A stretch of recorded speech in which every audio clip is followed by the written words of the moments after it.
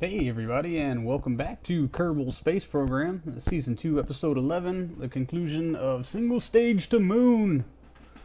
So, last time we landed on the moon, and after doing a couple of in-cockpit science experiments, it's time to figure out why we're here, in case you weren't paying attention to the map at all last episode.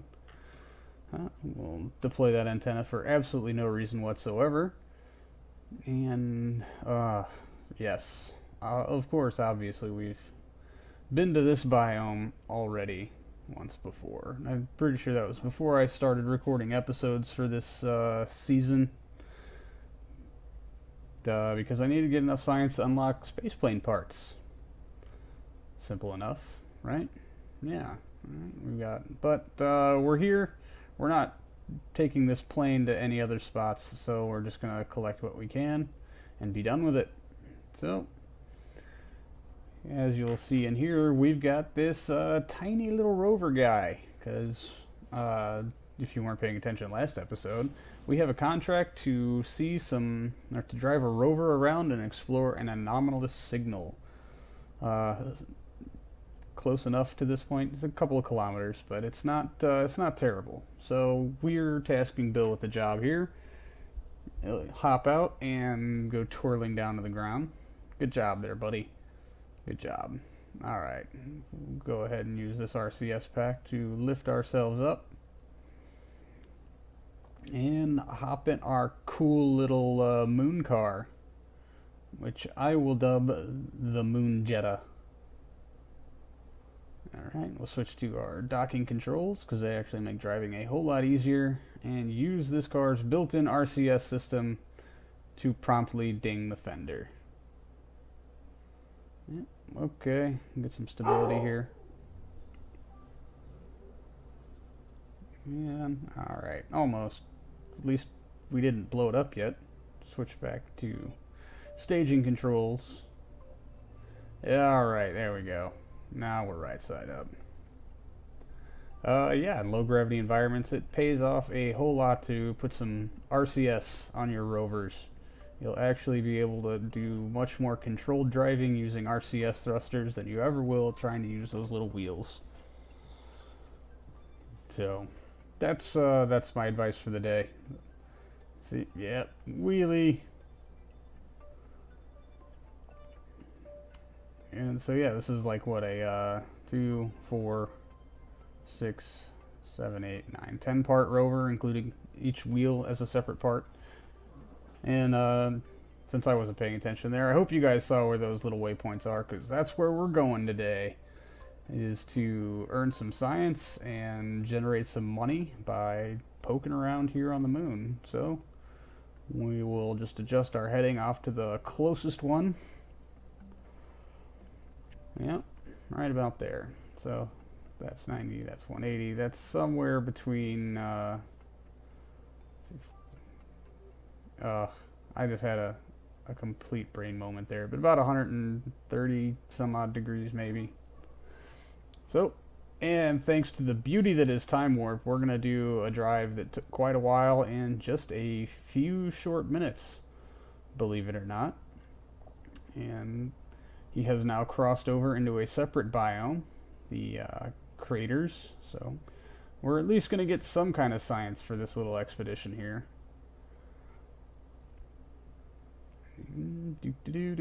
Yeah. This, when I drove this, actually, it was not under a lot of time acceleration, but it took forever still, going at an average of like 5 or 6 meters a second. Many hours later, I broke the car in several different respects. The panels are gone, and the RCS tanks was empty. So this is where it ended up. Not wanting to hoof it, Bill has the ingenious idea to fly the last several kilometers home. Look at the balls on this guy. Big, mighty brass ones.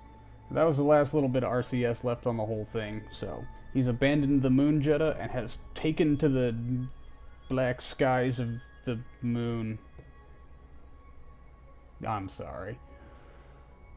But this is actually pretty easy to do on the moon. It's really easy to do on Minimus. And think that's where we're going to take this little flight next.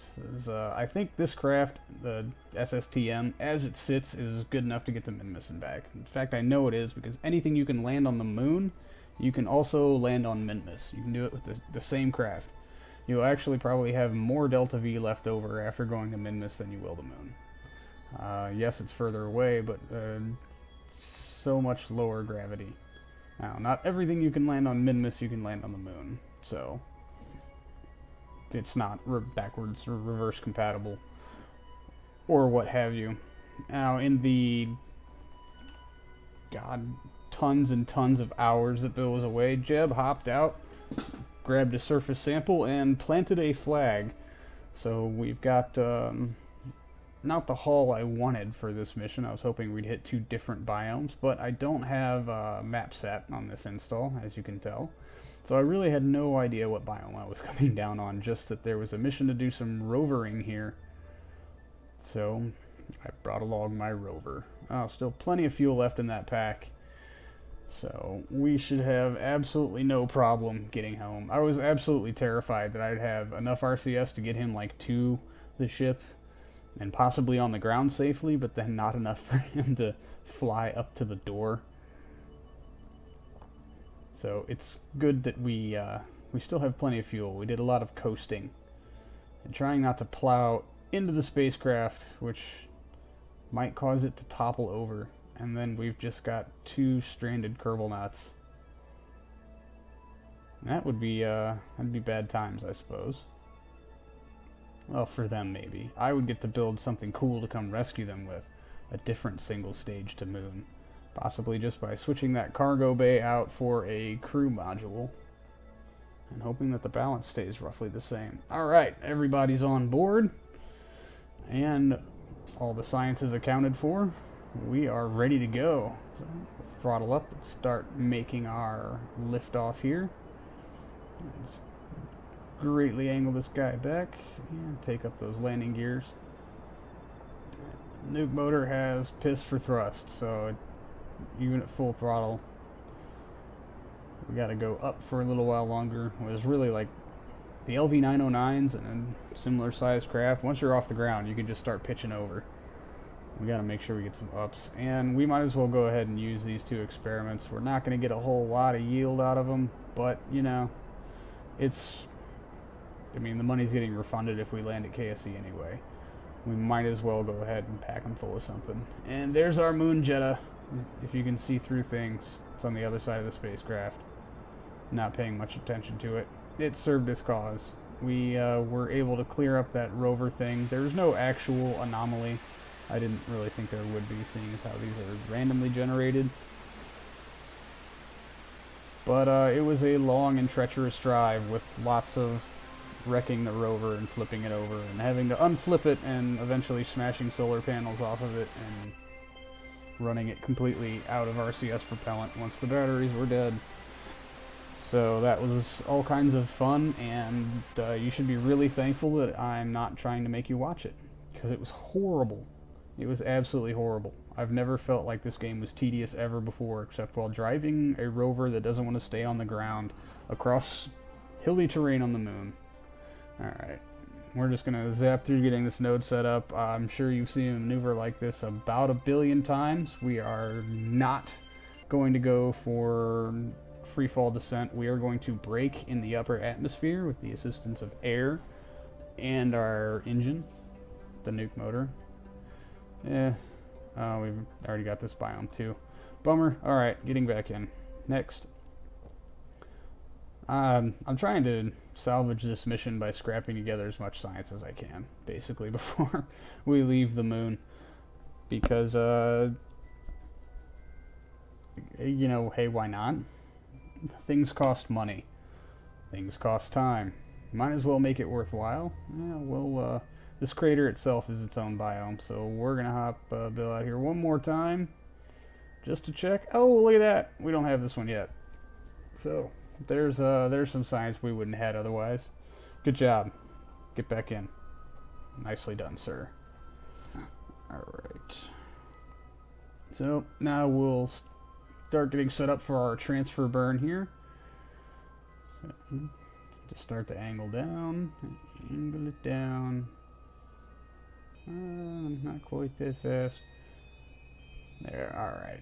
And the other thing we need to do is to, well, had I been thinking this all the way through, I would have left the fuel pump to the back, seeing as how we're going to enter the atmosphere backwards on our initial orbit maneuver here, and use the engine to brake. But I was just thinking about getting home, and thinking that I wanted to bring the center of mass forward, as far forward as I could, really. Keep it ahead of the center of lift to enable stable flight. But we still have a lot of fuel left in this thing. Like, the two side tanks are nearly tapped, but I still have the tank just behind the cockpit and the tank just in front of the motor are still completely full. So, alright, and we'll... there's so much stuff over there, it's so hard to plot out a node. Oh. And, nope. Come on. No, won't let me focus view either. That's awesome. Ugh, this is annoying. Yeah, alright. There we go. Now we got focus view. Now it's going to be easier to get this node going. So, not terrible. That's about what we want. Because I'd really prefer not to do this landing at night. So we're going to make at least 1 or 2 passes through the upper atmosphere. Hopefully just one. Braking. And then depending on our alignment with the Kerbal Space Center, we will see about bringing it in as soon as everything's on the daylight side. But yeah, it looks like KSC is going to be at night by the time we are able to loop all the way back around. I've flown past more than a few maneuver nodes by overtime warping. I'm trying not to do that again, so pardon my itchy trigger finger on that. Alright, that's where our node is. We can shoot way under it if we want. Let's take advantage of a lot of this vacuum and some time warp. Where the nuke motor is most efficient is in the vacuum, obviously. It's actually kind of terrible in the atmosphere. I mean, the ISP is in the 200s, I think. 260 or 280. Not 100%. And nor did I have the forethought to check it out here. But alright. This is where actually being on top of the controls tends to help out, because while there's not quite enough air to throw us around, there would be at about 40-something thousand. And so we need to make sure that we're sticking with our controls. I also don't want to raise the periapsis by too much, because I'm thinking well, yeah, looks like should probably try to do this in 2 passes. So, anyway, we'll just go on ahead and time warp ourselves around. As quickly as we can. Another beautiful sunrise. Alright. We can time warp just a little bit faster. As long as we don't just go tearing through the atmosphere, which induces ship shattering effects. Yeah, crap. KSP is going to be enveloped in darkness. This is so unfair. These guys are eager to come home. Eager to get them there. But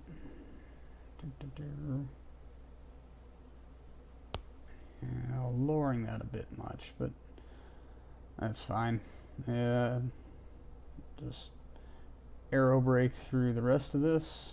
Isn't a whole hell of a lot, but I feel like we're low enough now. We can probably make a good approach. Alright, pump fuel forward. Side tanks are drained now.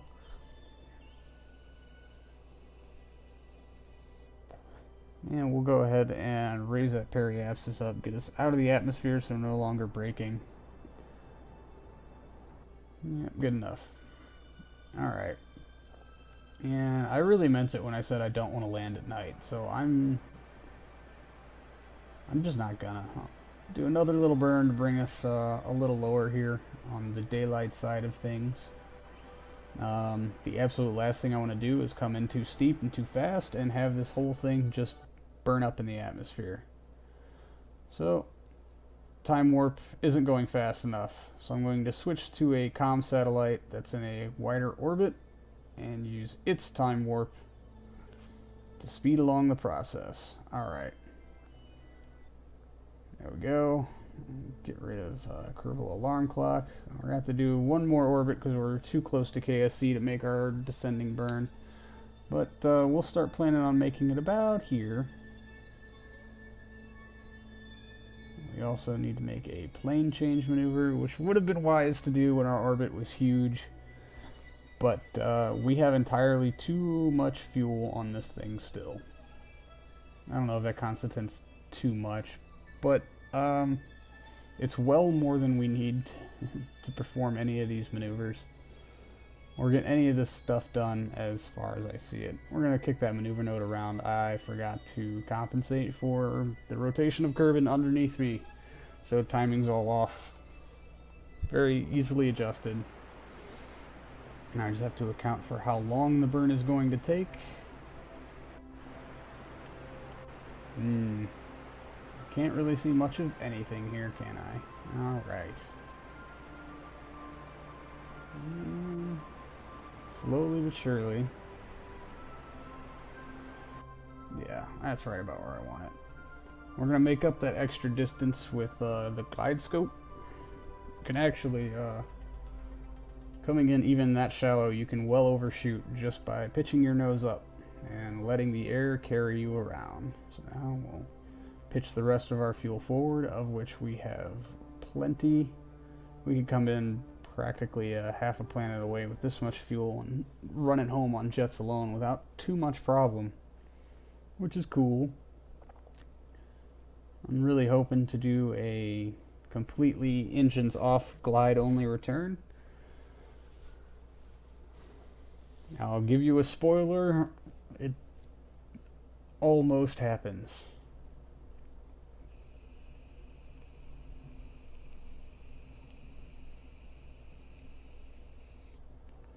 So now that we got some air around us, we're going to start using it to brake and hopefully not throw ourselves completely out of control in a rapid downward spiral of high G forces and vomit.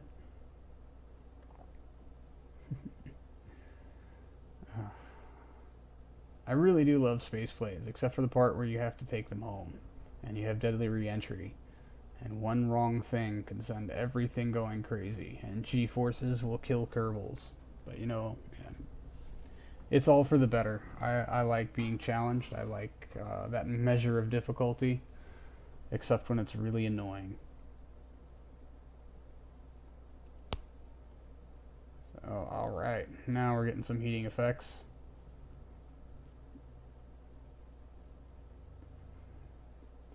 We're going to continue our efforts to slow this thing down.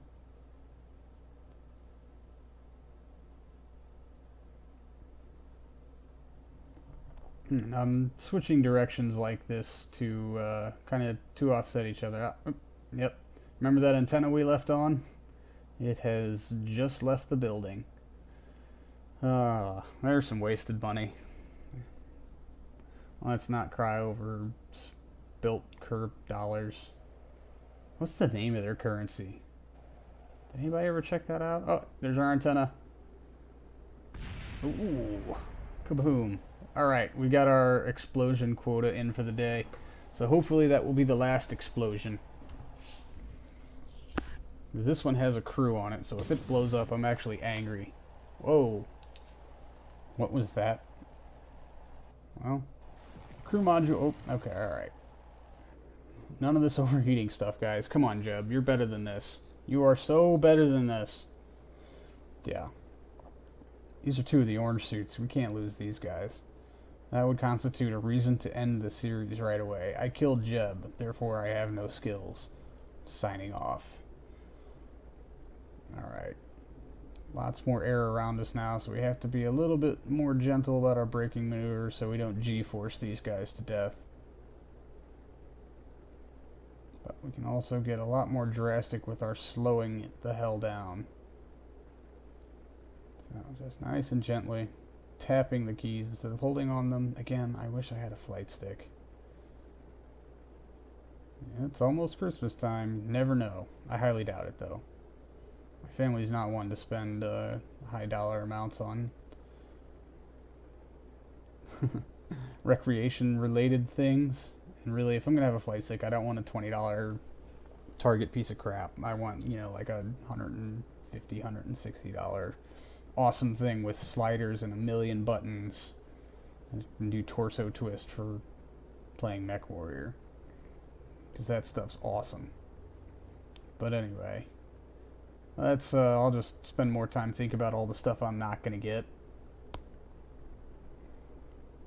Instead, focus on trying to bring this little guy home. Hopefully in one big piece instead of many little pieces.